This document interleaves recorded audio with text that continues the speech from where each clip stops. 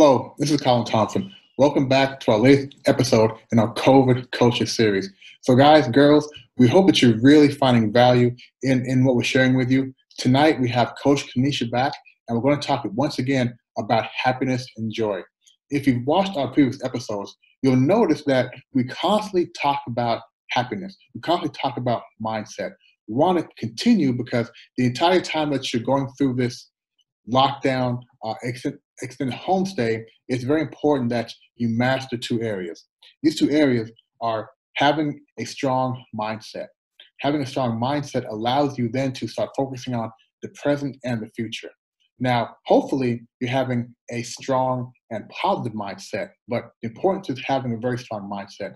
The second part is communication, ensuring that you have a positive environment to communicate with your friends and family, and the family can communicate with you as well. It's important that during this time, you got to be sharing your feelings, your emotions. If somebody has anxiety or fear, they can bring that freely into the environment and talk people down. So those two things are very important. So today, we're continuing with the positive mindset. And again, the better you get with communicating with your family, the more easy it is to be happy because you have that atmosphere that's been dealt. So Coach Caneisha, welcome back. And before you start, I'm sorry, I want to say to people, I feel like I have solidarity with you all because, brothers, I know you're at home with no haircuts. So, so I am trying to hold tough with you. I know it's tough. I do have access to a barber though, but I'm going to stay. I am going to try to maintain for you because even though we have access, we're still minding our restrictions and not going out as much. So I'll probably go to a barbershop once a week, once a month. I know some of you contacted me being frustrated that you can't get to your barbershop. So guys, I'm doing it with you. And I know the women are feeling a certain way as well. Okay, so Coach Caneisha Berry, welcome back to the program. And please talk to us about today's topic, filling your joy cup, filling up your joy cup. So Colin, I learned about a joy cup over 10 years ago when I was actually facing a personal trauma. And my life coach, she taught me about this concept of joy and how joy literally can help people overcome trauma. And they've done research to show that people who have joy tend to recover even faster from cancer, from devastation. Like when here in America years ago, we had the Hurricane Katrina. Right. So there's been research to prove that there's an area in our brain that once the brain is fully developed, it's the only area that can actually increase and decrease. And it's where joy lives. So the more joy you have in your life, the better you can handle everything that you're facing. So I start calling that my joy cup. So my joy cup runneth over, kind of from the scripture that says, my cup runneth over. I always check in on myself to see when I'm running low, emotionally low, sad, worried, stressed. I know at that moment I need to go and tap into joy.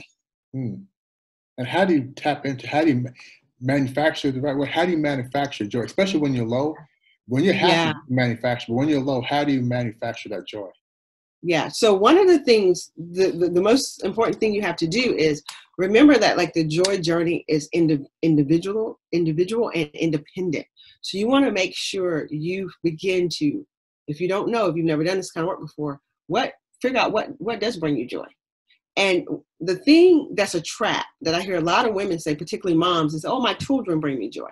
Well, that's okay, but you don't want, that is too much burden for a child. Right. That they have to be your joy.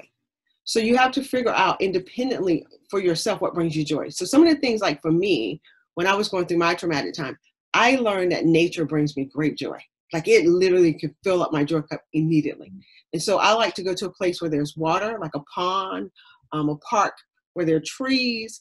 When we lived in the UAE, I could literally drive down my street to a place that had beautiful mountains. And just being there, Colin, just made my whole body feel like I can conquer anything. And so that's joy. And just, so what brings you joy? Some people love to read a book, The Great Escape. Some people love to watch a movie, but it's important to figure out for yourself. There are times when I'm feeling emotionally low. Another thing I'll do is I'll go out and take pictures. Like I like photography. So find out what brings you joy. Again, that's independent of other people, because you want to be able to do this for yourself, by yourself. This is true self-care. Right.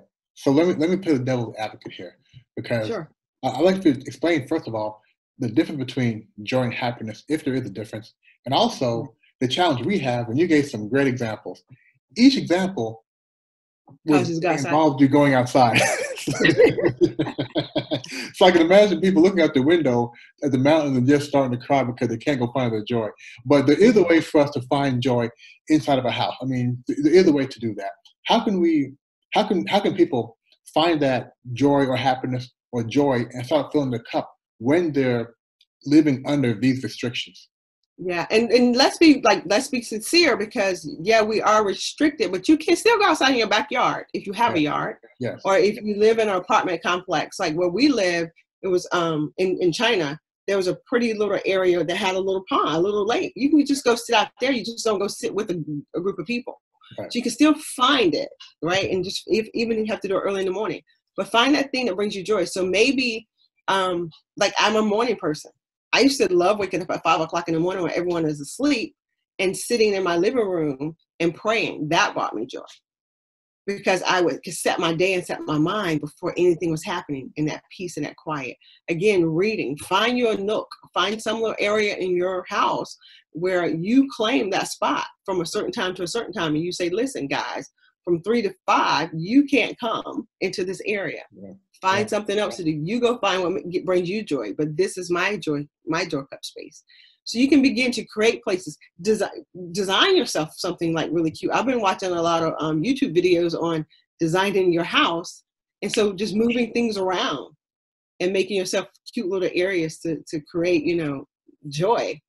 So Yeah. whatever brings you joy. Some people like those like coloring mindful books. That's another way to just relax your mind, tap it within.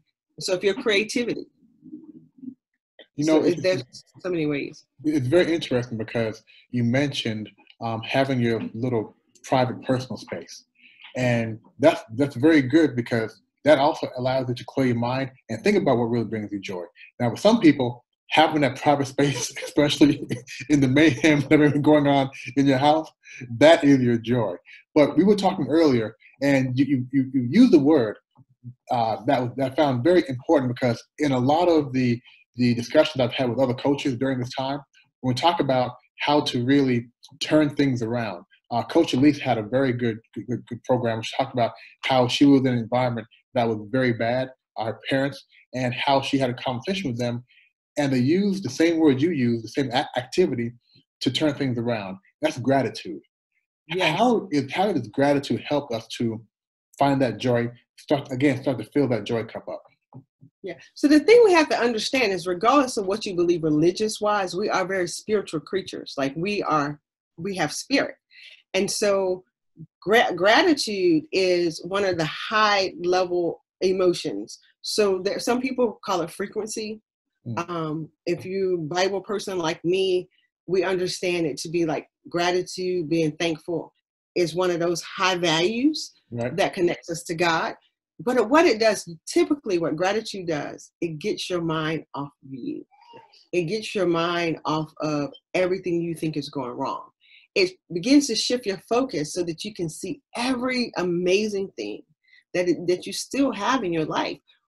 The thing about our mind, right? It's an amazing tool. People say, I don't have an imagination, but they often imagine the worst that could happen. That's still visualization. You're still visualizing. You're just visualizing the wrong thing. What will bring you out of that immediately is if you begin to start thinking about, what am I grateful for? And maybe it's something as simple as, thank you, God, that I woke up this morning, or thank you, universe, or whatever you call it. Thank you that even though these kids are driving me crazy, thank you that I have them. Right. Even though I wish they would leave me alone, thank you that they want to be around me. You just start really looking for things to be grateful for. In marriage, it gets really sometimes very challenging for some couples to be around each other as much as we've been around each other right now. But then think about the person who is single and they wish they had someone to be around. Or think about, if you're single, think about the person who's married in a horrible marriage and they're stuck in the house with their spouse. Right. So you just have so much to be grateful for. So we just have to, gratitude allows us to shift our focus to all the good things that's happening in our life instead of focusing on all the bad things that's happening in our life. Yeah, and I want to stay here for a moment because I think there are several things people can do to build up their gratitude. And you mentioned at the end there, once you're in that gratitude space mentally, you start to find more joy and happiness because you're not as concerned, but you're being more thankful. And I know that a very good exercise, as Caneisha mentioned a moment ago, people are still going outside. So the next time you go to the grocery store and you recognize that the person working there is coming into contact with hundreds of people a day, when you go outside right now, you're concerned with coming in contact with one person. They're coming in contact with hundreds per day. And they are there because they want to help, but they're there because they have to work for that money. They need to be there. So perhaps show a little gratitude, say thank you. Yes. People having the gas station still open. I mean, people who are outside, just be very thankful and have gratitude towards everybody who literally risking their life right now. I know here, I want to say this the correct way. While we're going through this in China, in the first few weeks, every day they were giving new numbers of infections and people who have died. We were showing gratitude, quite frankly, that we were still healthy. We wanted to make sure that we recognize that some families right now, in the last 12 hours, got some bad news that changed their lives. So we wanted to really show gratitude, and it really helped us really pick up the atmosphere in our home because we want to now start to look forward. And again, it helped us to build that strong mindset. So Coach Caneisha, I know this is a very quick session today, but in summary, again, just your tips again on building it up and the importance of having that joy cup. Yeah. So definitely, like, again, important. The reason you want to make sure you're tapping into joy is because it literally will help you overcome the trauma. It will move you out of trauma. It will give you the strength to keep enduring whatever might be hard or challenging right now. It's better to do it with a full joy cup than an empty one. When you're running on empty, you have nothing to pour out to your family, to your friends. So that's why it's important to fill your own joy cup. That's why I say your cup runneth over. What's in the cup is for you. What runs over is for everyone else. Can I interrupt you because I just thought about something?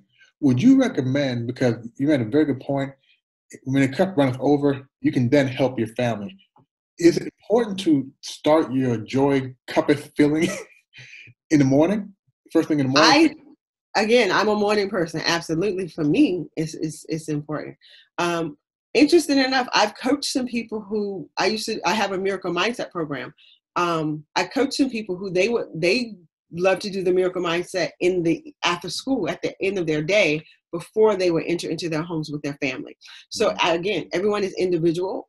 You have to know yourself well enough, trust yourself, do what you need to do to fill your cup. Understand when your cup is low. Some of the signs when your joy cup is low, you're feeling more stressful than ever. Maybe you are easily agitated. Like now everything is getting on your nerve. Those are signs and indications that, you know what, I need to go and fill my joy cup. Right. So Coach Caneisha, thank you for returning. And I think you ended on the best note. When you know that you're starting to lose it, it's important that you take action to calm yourself down and fill up your joy cup. So thanks for returning to the program. And as usual, we'll see you back here in a few episodes. And I know you're there in Hosky, North Carolina, and I hope everybody there is staying well and safe. Okay, thanks, Caneisha. We are. Thank you. Bye-bye. Bye-bye.